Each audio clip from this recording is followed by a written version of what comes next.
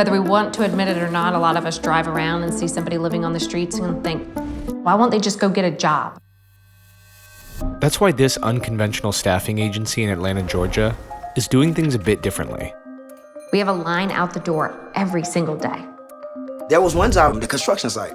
I would get up early in the morning. They're interested in working and want to work. I would wait on the bus 30, 40 minutes in the cold. Highly motivated. Get that bus to the train, and then it would take another 30 minutes to get downtown. But one of those barriers jumps up and grabs them by the heels. And I got there just to watch them leave. I could never make it. And they're back where they started. We're not like a regular staffing agency. We find the people that are getting turned away from everywhere else. We don't discriminate. Who are experiencing homelessness, veterans, and those impacted by the criminal justice system.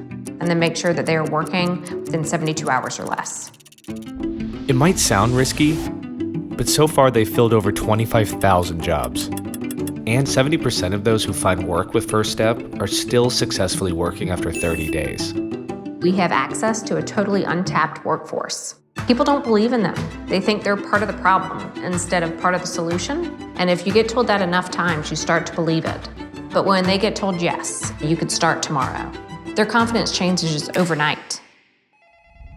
So if some of our employer partners need 20 people to start work tomorrow, our competitors may be able to send 15. First Step will send 25. What does it take to welcome this population back into the workforce? And could this be a real step towards ending chronic unemployment in America?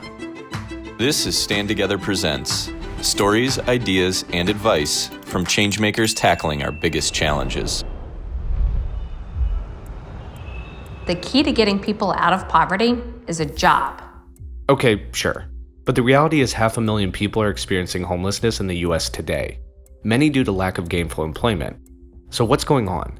We've just left too many people sitting on the bench in the US.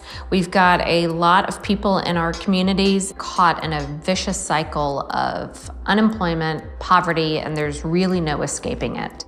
You can offer a lot of temporary solutions, but a job really does provide that permanent pathway to exit that cycle. So we're doing what many for-profit staffing companies do, which they match jobs and people. But unfortunately, they tend to screen out the people we screen in. We've had individuals come to First Step who have applied for 10, 15, 20 different jobs. But because they have a criminal background or their mailing address happens to be the local shelter, they never have an opportunity to build out of that.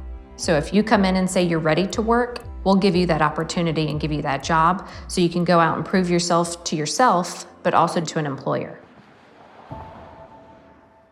I actually spent 2 decades in prison, 240 months, 36 days, 22 hours, 30 minutes, and 52 seconds.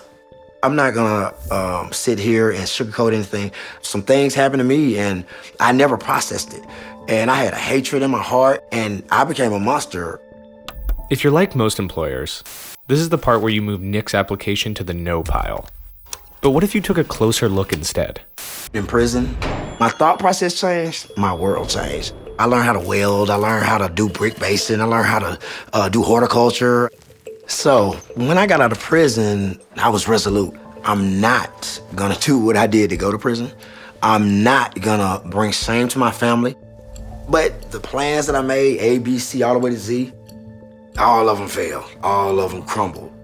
Unable to find steady work, Nick found himself living on his brother's couch, working tirelessly to stay off the streets. Guys were lined up, talking about robberies. They were talking about thefts. That would have been easier for me.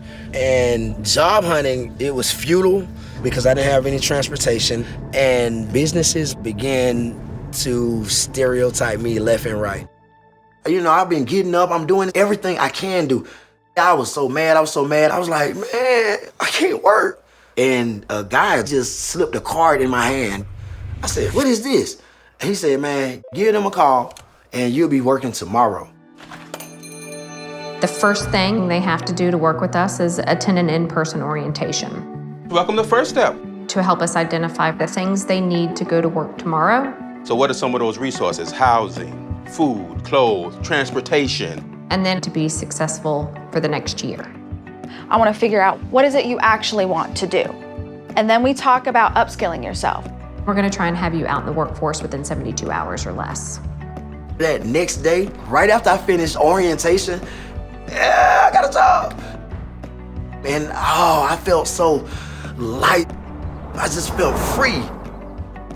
I think the misconception is these individuals don't want to work, can't work, or are too risky to hire because of their background.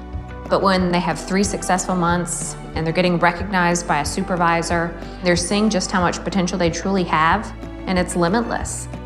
Right now, I work at 1-800-Flowers. I went in as a line worker. I've been promoted 3 times, and the last promotion just came recently.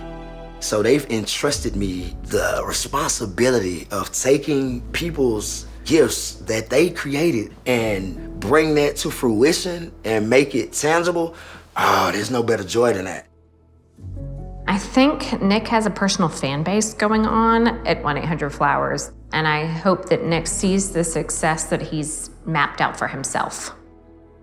We believe very strongly in personal agency and that somebody has the right and the ability to write their own success, and we're just here to help guide it. Last year alone, the number of people they helped find employment was roughly equal to the homeless population of San Francisco. In 2023, we paid out more than $42 million in earned wages, and that's real money that's going back into our economy and going back into our communities. I watch guys come from nothing and make something, and I'm looking like, okay, that's him, might not be my story, but it was my story. It was my story.